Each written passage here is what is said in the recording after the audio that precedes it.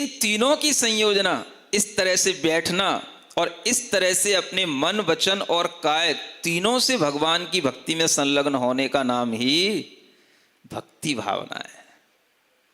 अरिहंत भगवान की भक्ति की भावना इस पंचम काल के अंदर अपने अंतरंग के संसार को सुखोने वाली इससे बड़ी कोई भावना नहीं हो सकती है। हम सबके अंदर क्या है? संसार का पानी भरा हुआ है ना? क्या भरा हुआ है? हाँ, हमारा सब संसार के कसायों से, विषयों से हम सबका हृदय ऐसा गीला पड़ा हुआ है। अब वो संसार की वो सारी की सारी कसाएं, संसार की सारी विषयों की इच्छाएं, वो अगर सूखती हैं तो किससे सूखेंगी?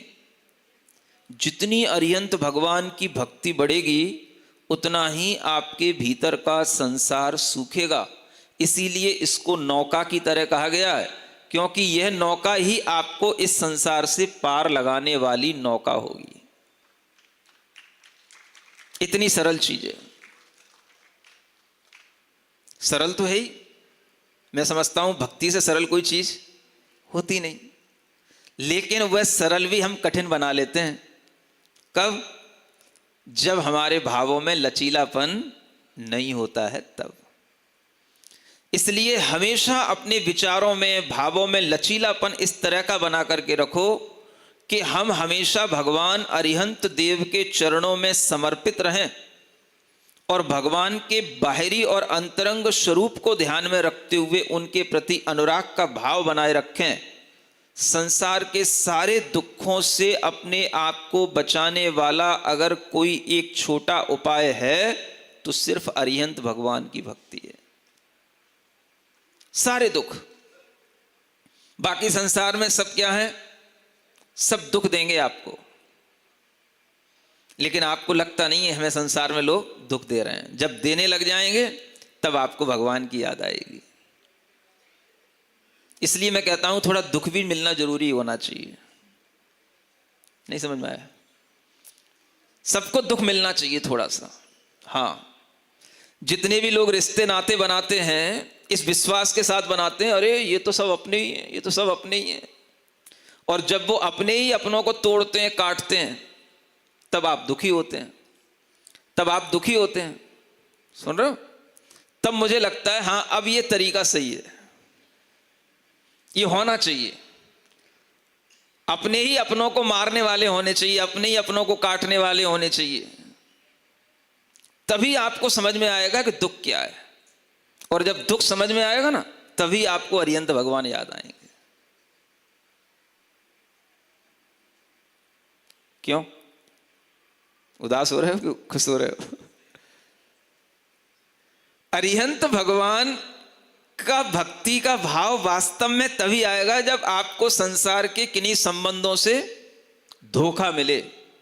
कोई आपको किसी ना किसी तरीके से धोखा देकर के आपकी किसी ना किसी तरीके से परेशानी में आपको डाल दे, तब आपको क्या लगेगा? संसार वास्तव में असार है। नहीं समझ में आएगा? वैसे तो आपको क्या लगेगा? संसार सार है। और जब आपको कोई धोखा देगा तब क्या लगेगा? संसार असार है। तो ये तो भगवान ने कहा था संसार असार है। तो जब संसार असार होगा तब आपको भगवान याद आएंगे। इसलिए कबीर ने कोई एक बात कही थी ना,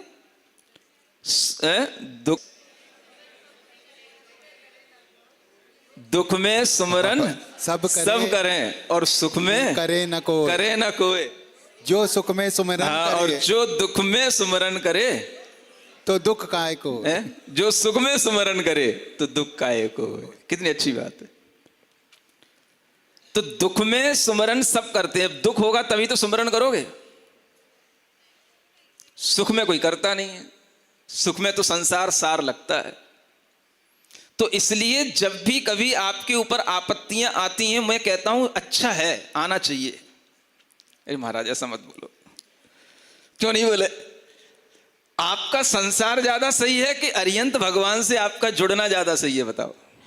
है? हाँ, पति पत्नी थे, पत्नी ने धोखा दे दिया या पति ने धोखा दे दिया या सासू ने धोखा दे दिया, घर में नहीं बनी, भाई भाई का बंटवारा हो गया, किसी ने किसी की प्रॉपर्टी हड़प ली, ठीक है, होना चाहिए। क्यों होना चाहिए? तभी तुम्हें समझ में आएगा कि दुख से कैसे उबरा जाता है। तो ये दुख अगर तुम्हारे लिए एक बार अरिहंत भगवान से तुम्हें जोड़ देगा, अरिहंत भगवान की भक्ति करने लग जाओगे, तो चलो यही रास्ता अच्छा है, दुख से ही अरिहंत भगवान की भक्ति करो। सुख में तो तुम्हें याद आई नहीं और आती भी नहीं है, तभी तो लिखा है दुख में सुमरन सब करें, सुख में करे ना कोई। तो अरिहंत भगवान की भक्ति का मतलब यही है कि जब आपके अंदर उनका सुमिरन बना रहे। सुमिरन माने सुमरन, सुमरन क्या होता है? आज सुबह भी लोग बोल रहे थे पूजा में, क्या बोल रहे थे लाइन वो? बोलो बोलो। सुमरन नहीं नहीं, एक लाइन भक्ति में बोल रहे थे आज, क्या बोल रहे थे? हाँ, हर सांस में हो सुमरन तेरा, यूं बीत जाए जीवन मेरा। बहुत अच्छी लाइन है ना? क्या कहते हैं? हर सांस में हो सुमरन तेरा, यूं बीत जाए जीवन मेरा। तो सुमरन हर सांस में चलता रहे और जीवन हमारा ऐसे ही बीत जाए। अब देखो कितनी बड़ी भावना है ये। माने हमें कुछ सोचना ही ना पड़े, हमें कुछ चिंता करनी ना पड़े और हमें कुछ विकल्प हो ही ना, बस हे भगवान मेरा जीवन किस में बीत जाए? बस तुम्हारा सुमरन करने में बीत जाए। सुमरन, सुमरन, सिमरन नहीं मूर्खो। क्या बोल रहा हूं? सुमरन, सुमरन माने सुमरन। जिसके अंदर भगवान का हर समय पर सुमरण रहता है, वही सुमरण करता है, वही समाधि मरण करता है। सुमरण माने स्मरण, और सुमरण होता रहे हर बार, हर क्षण, हर सांस पर, तो उसी का सुमरण यही करना होता है बस। बाकी सब चिंताएं छोड़ दो। बेटी को बच्चा नहीं हो रहा, कि बहू को बच्चा नहीं हो रहा, कि दुकान नहीं चल रही, कि घाटा लग गया, कि रोग हो गए, कि प्राण निकलने वाले हैं, सब हो जाएगा, सब निकलने दो, सब ऐसे ही चलने दो। संसार असार है, शरीर रोगों का घर है। बस क्या करो? एक चिंता, एक ही विचार, एक ही भाव। क्या? श्वास श्वास में, बस ये श्वास चल रही ना, बस इतना ही बहुत है। श्वास पर ध्यान दो बस।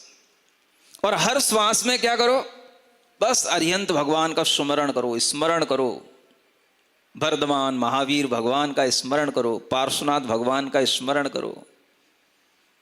यह स्मरण करते करते बस इतनी निश्चिंतता आ जाए कि और कोई चिंता हमें रही नहीं, यूं ही बीत जाए। बस एक बार मन से कर तो लो, एक जन्म में बीत जाने तो पूरा जीवन, मुझे कुछ नहीं, कोई की चिंता नहीं है, ना रोटी की ना पानी की। मिल जाएगी तो खा लेंगे, नहीं मिलेगी हाँ तो ज्यादा उसके लिए हमें जिंदगी खपाने की जरूरत नहीं है। और ऐसा तो कोई है नहीं, रोटी पानी तो मिल ही जाएगा बस। और क्या करना है?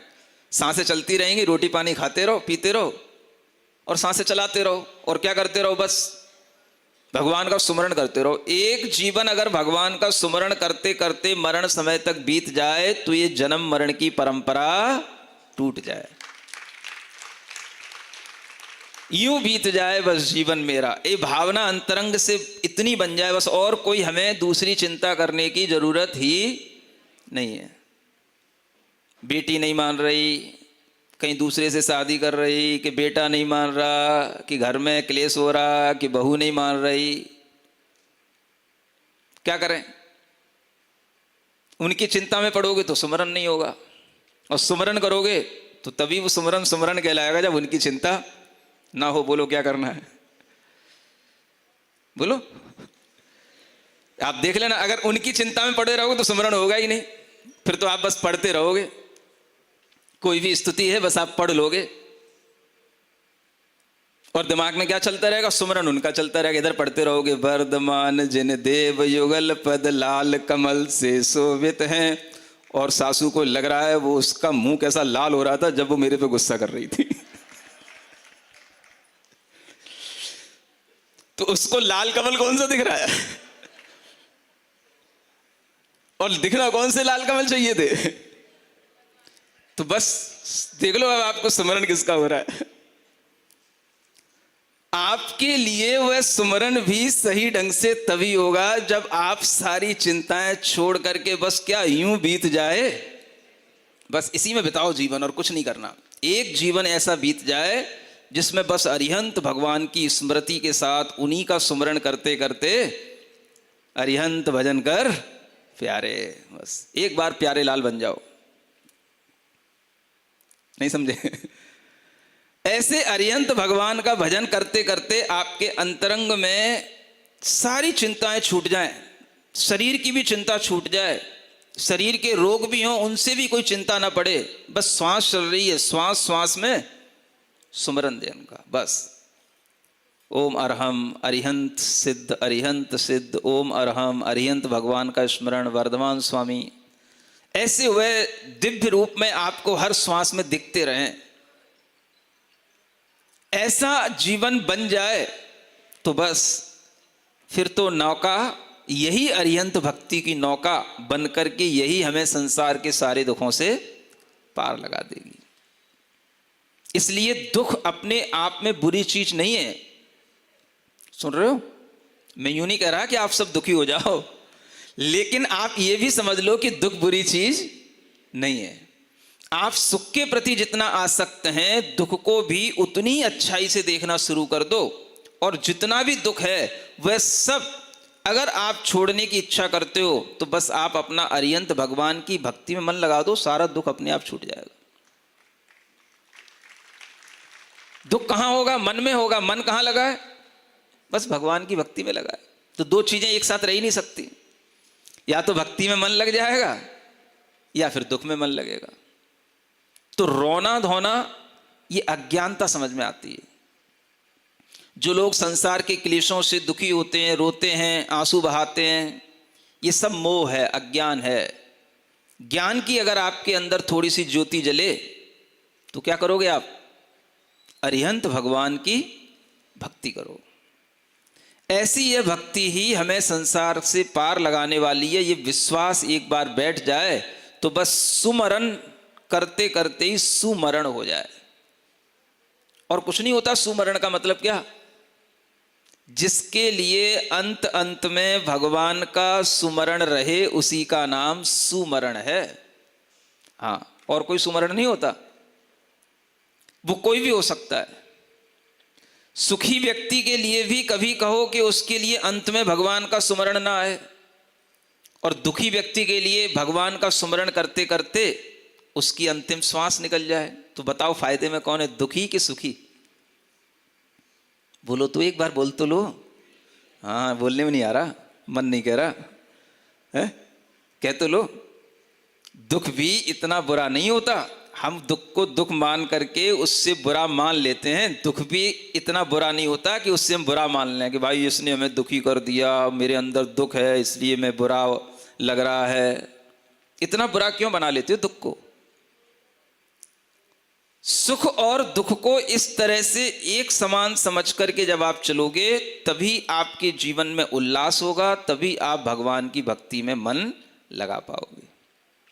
तो अरिहंत भक्ति की भावना है ना, यही भावना हमें अपने अंतरंग में हमें अपनी आत्मा का अनुभव तक कराती है।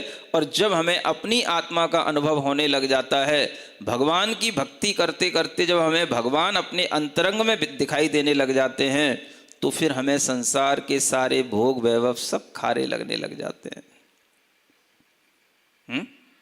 पढ़ा है ना वो, अरिहंत भजन कर प्यारे, अरिहंत भजन कर प्यारे,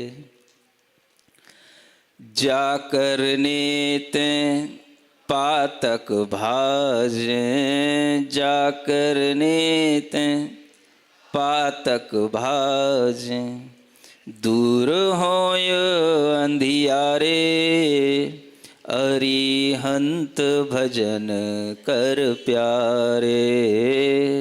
अरिहंत भजन कर प्यारे। रस विहीन आत्म रस अनुपम, रस विहीन आत्म निज अनुभव रसिया रे, निज अनुभव रसिया रे। एक बार चाखे जा रस जो, एक बार चाखे जा रस जो। लगे भोग रस खारे, अरिहंत भजन कर प्यारे। अरिहंत भजन कर प्यारे। ओम अरहम नमः, ओम अरहम नमः। चलिए 5 क्लैपिंग। ओम अरहम पहली। नमः, ओम अरहम नमः, ओम अरहम नमः, ओम अरहम नमः, ओम अरहम नमः, ओम। ओम अरहम नमः। दूसरी क्लैपिंग। ओम अरहम, ओम अरहम, ओम अरहम बोल। ओम अरहम, ओम अरहम, ओम अरहम बोल। सभी कार्य की सिद्धि से तू पहले इसको बोल। सभी कार्य की सिद्धि से तू पहले इसको बोल। ओम अरहम नमः, ओम। अरहम नमः। तीसरी क्लैपिंग। ओम अपने ऊपर ये नमः। पर्वतों को ठोकना। ओम अरहम नमः, ओम अरहम, ओम अरहम, ओम अरहम बोल। सभी कार्य की सिद्धि से तू पहले इसको बोल। चौथी। ओम अरहम नमः, ओम अरहम नमः, ओम अरहम नमः, ओम। ओम अरहम नमः, ओम अरहम नमः, ओम। ओम अरहम नमः, ओम अरहम नमः, ओम। ओम अरहम पांचवी। नमः। ओम अरहम, ओम अरहम, ओम अरहम बोल। सभी कार्य की सिद्धि से तू पहले इसको बोल। ओम अरहम नमः,